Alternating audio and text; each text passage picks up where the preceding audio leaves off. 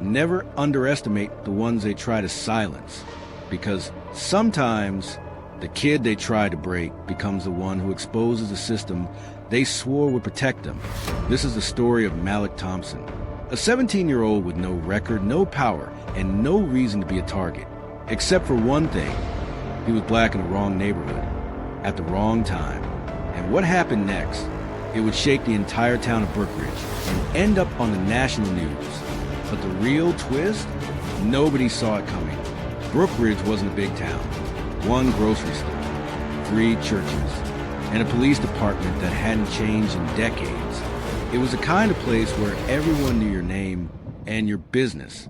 Malik had just finished basketball practice at Booker T High School. The gym was worn out, with squeaky floors and chipped backboards, but was home. Malik was one of the best point guards in the district, despite rarely being noticed in local sports columns. He stayed late to help his coach put the balls away. He was always like that, quiet, helpful, observant. As he walked home, it began to drizzle. The sun dipped behind the horizon, painting the sky in a bruised mix of purples and oranges. He had on his hoodie, his gym bag slung over one shoulder, headphones in, and he moved to the rhythm of a Kendrick Lamar track, feeling the pulse of his dreams and fears all at once. That's when Officer Brent Kessler pulled up, white, mid-40s, ex-military, known for being by the book. But everyone in the black community knew what that really meant. He didn't see Malik as a teenager. He saw a threat. Officer Kessler asked, "Where you headed, son?" "Just home, sir. Finished practice." Malik responded to him. But Kessler wasn't interested in small talk. He wanted control. He demanded ID, then claimed Malik looked like someone who'd been breaking into cars nearby, despite no evidence. Despite Malik's clean record, despite the fact that the car break-ins had happened while Malik was still at practice, verified by his coach. Within minutes, Malik was face down on the pavement, cuffed, phone broken and bruised, all for walking home. Kessler claimed Malik had reached for something in his bag. He said he feared for his life. But what Malik had actually been reaching for was his inhaler. He never got the chance to use it. Angela Thompson got the call at 8:47 p.m. She dropped her dish towel and nearly collapsed when the officer on the phone said her son had been arrested. She rushed to the station. Her son was in a cell. His lip was busted. He was shaking. They let him out around midnight. No charges, just a warning. But Angela didn't want silence. She wanted justice. She filed a complaint, demanded answers, but the department circled the wagons, said Malik was resisting. That force was necessary. It was the word of a decorated officer versus a black teenager. But someone had seen it all. An old man, Mr. Carter, white and a Vietnam vet, who lived across the street. A loner, quiet but meticulous. He had a doorbell camera. It caught everything. The footage showed Malik complying. No threats, no resistance, only fear. And Officer Kessler, aggressive, hostile, clearly over the line. Mr. Carter brought the footage to Angela. Angela took it to the local paper. The headline the next morning: footage contradicts officer's account in teen arrest. And suddenly, Brookridge had a problem. Word spread fast. Protest signs began appearing. The high school basketball team wore Justice for Malik warm-ups. Churches held vigils. Civil rights groups arrived.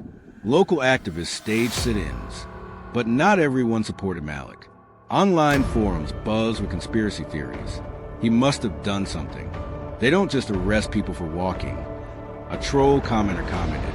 The mayor remained silent. The police chief doubled down. But the pressure was mounting. The footage was undeniable.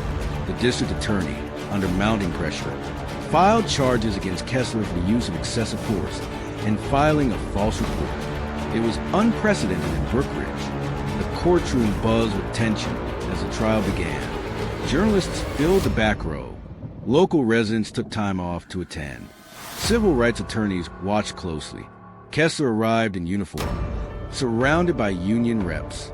Malik, in a navy blue suit and trembling hands, sat with his mother. On the first day of testimony, The defense painted Malik as a troubled teen, claimed he had been expelled in middle school, claimed he had gang ties. They were trying to rewrite his identity. But then Malik took the stand. I didn't do anything wrong. I was walking home from practice. That's it. Defense lawyer interrogated. Isn't it true you had your hood up? Headphones in? Wouldn't that appear suspicious? Malik defended. Suspicious to whom? The prosecution played the doorbell camera footage. The entire courtroom watched in silence. People saw the fear, the confusion, the violence, and they began to understand. Angela's testimony was emotional. She informed the court. I taught my son to comply, to de-escalate, to make it home alive. And he did everything I told him to, and he still ended up in a cell. She looked directly at Kessler. She asked Officer Kessler, "So what do you teach your children, officer?" Then came the cross-examination of Kessler. He asked, "Officer Kessler, what specific behavior indicated a threat?" Kessler responded, He had a hood. He wasn't responding. Prosecutor continued the questioning. He had headphones in. Did you identify yourself as law enforcement before engaging physically? I didn't have time. Officer Kessler replied. Did you ask what he was reaching for? The prosecutor asked with his voice still calm. No. Officer Kessler responded. The prosecutor finally asked Officer Kessler, and what was he reaching for? Officer Kessler replied quietly, an inhaler. The courtroom was filled with silence. The jury deliberated late into the night. The town waited. News crews arrived. National outlets picked up the story. When the jury returned, the air was electric. The judge, after about a 30-minute break, said, on account of excessive force and false reporting, we find the defendant guilty. Applause. Gasps. Some tears filled the courtroom. Kessler was sentenced to 2 years. Not nearly enough, some said, but for Brookridge, it was a beginning. Malik didn't go back to being a regular teen. He became a symbol. He gave speeches, visited schools, started a scholarship fund for other teens wrongfully targeted by police. Angela went back to school and became a legal advocate. Mr. Carter passed away a year later. At his funeral, Angela called him the man who chose courage over comfort. And Brookridge began electing new leaders. The police chief resigned. The mayor apologized publicly. Training protocols were rewritten. The boy they tried to silence became the man who made them listen. Because truth has a way of rising, even in the darkest places. Never mistake silence for weakness. Sometimes it's the ones you overlook who change everything. Subscribe to Crime Files Uncover for more powerful true stories where justice prevails and the silence rise.